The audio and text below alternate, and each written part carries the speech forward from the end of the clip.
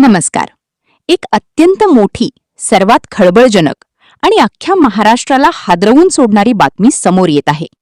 एका अशा धडाडीच्या आणि प्रामाणिक सनदी अधिकाऱ्याने थेट राज्याच्या एका सर्वात वजनदार, सर्वात बड्या मंत्र्याच्या साम्राज्याला हात घातला आहे. होय, तुम्ही अगदी बरोबर ऐकलं.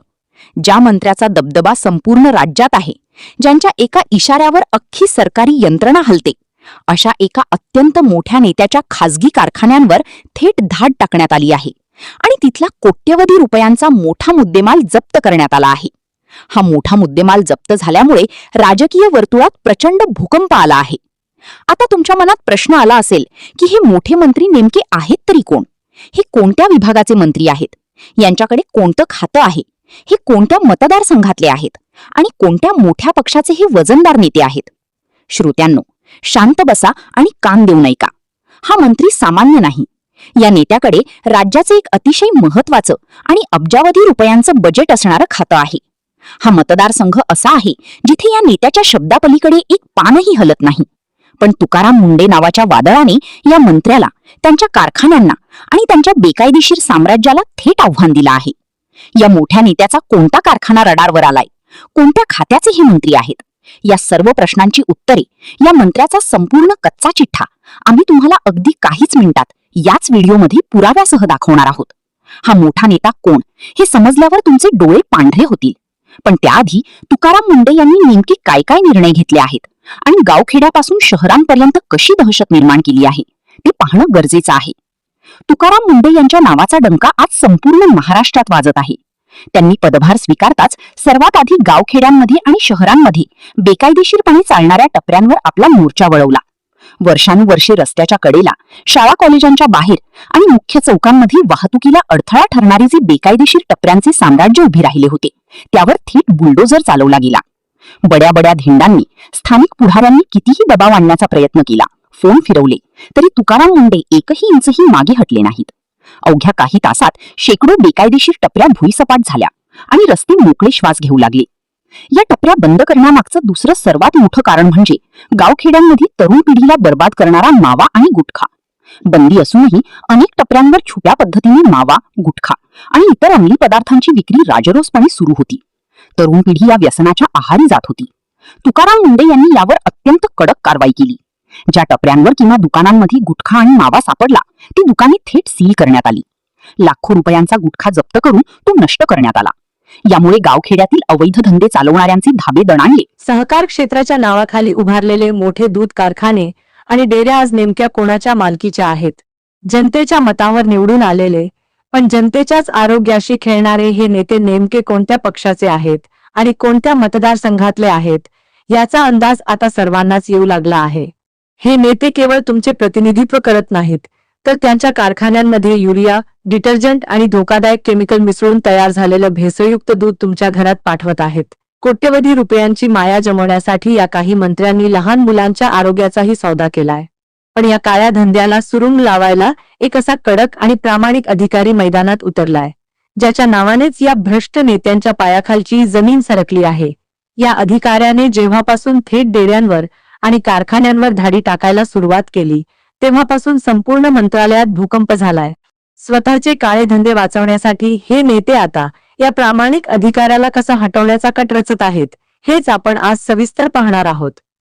या प्रामाणिक अधिकाऱ्याने पदभार स्वीकारताच सर्वात आधी दूध भेसळ करणाऱ्या माफियांच्या मुसक्या आवळायला सुरुवात केली. त्यांनी रात्रीच्या वेळी अचानक मोठ्या डेऱ्यांवर धाडी टाकल्या. जेव्हा लॅब टेस्टचे रिझल्ट समोर आले, तेव्हा अत्यंत धक्कादायक वास्तव समोर आलं. ज्या नेत्यांचे कारखाने रोज लाखो लिटर दूध शहरांमध्ये पुरवतात, तिथे सर्रास भेसळ सुरू होती. या कारवाईमुळे एका बाजूला भ्रष्टाचारांचे धाबे दणाणले, तर दुसऱ्या बाजूला सर्वसामान्यांना आणि गरीब शेतकऱ्यांना याचा खूप मोठा फायदा झाला. काही नेत्यांच्या डेऱ्या दुधाची फॅट कमी दाखवून गरीब शेतकऱ्यांची वर्षानुवर्षे लूट करत होत्या. पण या अधिकाऱ्याच्या कडक तपासणीमुळे शेतकऱ्यांना त्यांच्या दुधाचा खरा आणि योग्य भाव मिळू लागला. दुधातील कमिशन खाणारे एजंट आणि भ्रष्ट अधिकाऱ्यांची साखळी या एका कारवाईने मोडीत निघाली. दुधाचे पैसे थेट शेतकऱ्यांच्या बँक खात्यात जाण्याची पारदर्शक व्यवस्था तयार करण्यात आली. यामुळे शहरात राहणाऱ्या सर्वसामान्य कुटुंबांना भेसळमुक्त आणि शुद्ध दूध मिळण्याचा मार्ग मोकळा झाला.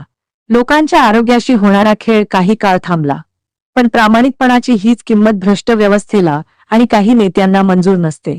या अधिकाऱ्याची कारवाई थेट काही मंत्र्यांच्या बेकायदेशीर कमाईला खूप मोठा फटका देणारी ठरली. कारण ही भेसळ फक्त पैशासाठी नव्हती, तर या काळ्या पैशातून निवडणुकांचे राजकारण चालवले जात होते. आता स्वतःचे काळे धंदे वाचवण्यासाठी काही राजकीय पक्षांचे नेते आणि मंत्री गुप्त बैठका घेऊ लागले आहेत. हा अधिकारी जर याच पदावर राहिला तर आपले कारखाने बंद पडतील आणि आर्थिक साम्राज्य उद्ध्वस्त होईल, अशी भीती काही मंत्री वरिष्ठांकडे व्यक्त करत आहेत. या अधिकाऱ्यावर दबाव आणण्यासाठी त्यांच्या विभागातील अत्यंत महत्त्वाच्या फाईल्स मंत्रालयात जाणीवपूर्वक अडवून ठेवल्या जात आहेत. त्यांना स्वतंत्रपणे निर्णय घेण्यापासून रोखले जात आहे. या अधिकाऱ्याची तात्काळ बदली करा, नाहीतर आम्ही सरकारमध्ये नाराज राहू, असा थेट राजकीय दबाव वरिष्ठ पातळीवर आणला जात आहे. मतदारसंघातील मतदारांच्या आरोग्यापेक्षा या नेत्यांना स्वतःच्या तिजोऱ्यांची जास्त काळजी लागली आहे. अशा प्रामाणिक अधिकाऱ्यांचा इतिहास पाहिला तर केवळ राजकीय दबावामुळे त्यांची वर्षभरात अनेकदा बदली केली जाते. यावेळेस सुद्धा या अधिकाऱ्याला पदावरून हटवण्यासाठी काही मंत्र्यांनी अत्यंत कुटील डावपेच आखले आहेत. त्यांनी या अधिकाऱ्याच्या हाताखालील काही कर्मचाऱ्यांना फूस लावून प्रशासकीय असहकार सुरू केला आहे, जेणेकरून कामात अडथळे येतील आणि अधिकाऱ्याचे अपयश दाखवता येईल. ते 11 जून प्रोहिबिटेड आयटमच्या बाबतीत जी मोकोका आपण लावला त्याच्या बाबतीतची माहिती. अशा प्रकारे 354 ठिकाणी छापे मारण्यात आलेत. त्यात जप्त साठ्याची किंमत ही 1,27,00,000 रुपये इतकी आहे. 235 गुन्हे दाखल झाले असून त्यात 350 लोकांना अटक करण्यात आल्याची माहिती तुकाराम मुंडे यांनी दिली आहे. 25 मे ते 11 जून या काळात ही कारवाई करण्यात आलेली आहे. तुकाराम मुंडेंनी या खात्याचा कारभार स्वीकारल्यापासून राज्यभरात मोठ्या प्रमाणावर धाडसत्र सुरू करण्यात आलेलं आहे. पतंजली, गोरज भंडार यांसारखी नामवंत आणि मोठ्या संस्थांना सुद्धा कारवाईतून बाहेर पडता आलं नाहीये. त्यामुळे या कंपन्याही सुटलेल्या नाहीयेत. तुकाराम मुंडेंच्या कारवाईचं सामान्य नागरिक आणि शेतकरी कौतुक करत आहेत. भेसळयुक्त दूध किंवा इतर पदार्थ हे थेट परिणाम सामान्य लोकांच्या आरोग्यावर करत असतात. तसेच दुधातील भेसळीमुळे दूध उत्पादक शेतकऱ्यांना फटका बसतो. त्यामुळे दोन्ही स्तरातून तुकाराम मुंडेंच्या या कारवाईचं कौतुक केलं जात आहे. आणि तुकाराम मुंडे यांनी असंही सांगितलंय की ही कारवाई भविष्यातही सुरू राहील. आता 21 वर्षात 25 बदल्या झालेले तुकाराम मुंडे ही बेधडक कारवाई करत असताना पुढे त्यांची बदली होते की त्यांना पूर्ण वेळ या पदावर राहू दिलं जातं, ते पाहणंही महत्त्वाचं असणार आहे. एकूणच तुकाराम मुंडेंची कारवाई याविषयी तुमचं मत कमेंट बॉक्समध्ये सांगा. लोकसत्तायुक्त दूध किंवा इतर पदार्थ हे थेट परिणाम सामान्य लोकांच्या आरोग्यावर करत असतात. तसेच दुधातील भेसळीमुळे दूध उत्पादक शेतकऱ्यांना फटका बसतो. त्यामुळे दोन्ही स्तरातून तुकाराम मुंडेंच्या या कारवाईचं कौतुक केलं जात आहे. आणि तुकाराम मुंडे यांनी असंही सांगितलंय की ही कारवाई भविष्यातही सुरू राहील. आता 21 वर्षात 25 बदल्या झाल्या.